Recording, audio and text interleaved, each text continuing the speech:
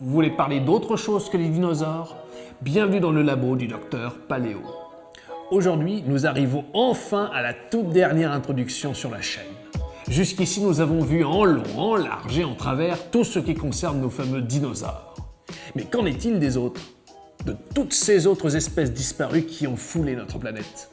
Il ne faut pas oublier que les dinosaures non aviens, comparés à la totalité des espèces éteintes depuis les premières formes de vie, ne représentent qu'un petit pourcentage. De plus, en dehors de leur règne, nous savons que d'autres espèces éteintes tout aussi robustes ont colonisé la planète.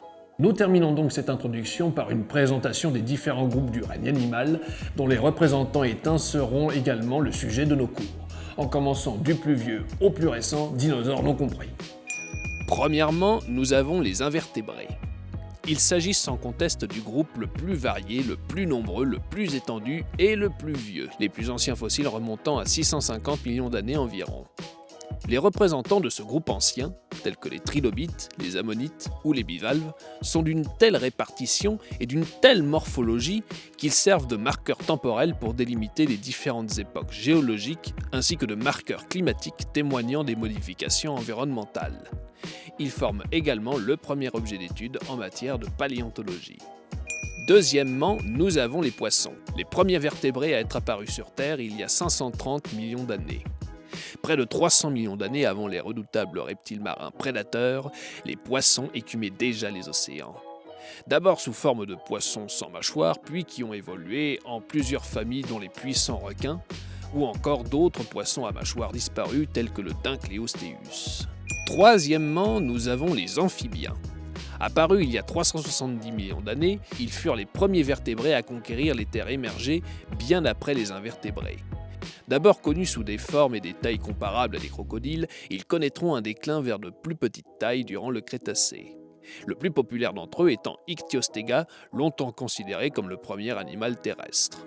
Quatrièmement, les sauropsides, anciennement appelés les reptiles.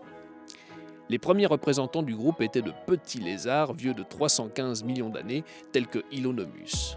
Mais c'est durant la période du Permien, entre 300 et 250 millions d'années, que les reptiles connurent une formidable diversité. Ils se divisèrent en trois groupes. Les anapsides, clades regroupant les tortues, les diapsides, je vous l'avais expliqué dans la partie 5 sur les dinosaures, et les synapsides, qui se divisent en deux groupes. Les pélicosaures, tels que le dimétrodon, et les thérapsides, anciennement appelés reptiles mammaliens de par leur apparenté avec les mammifères, tels que les gorgonopsiens. De ce même groupe descend notre cinquièmement, les mammalia, anciennement appelés les mammifères. Apparus quasiment en même temps que les dinosaures sous la forme de petits rongeurs, c'est après la disparition des reptiles géants qu'ils connurent leur plus considérable avancée dans leur règne animal. En l'espace de 20 millions d'années, ils finirent par régner sur toute la planète et à s'adapter à tous les climats. Là encore, les familles sont variées, allant des grands cétacés prédateurs comme le basilosaure aux fauves les plus redoutables comme le smilodon.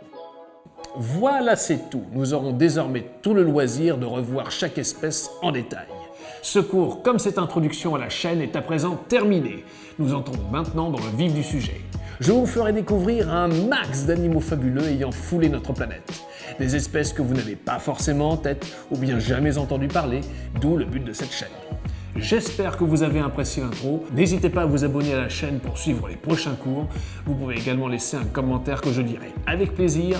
Je ferme le labo. À plus.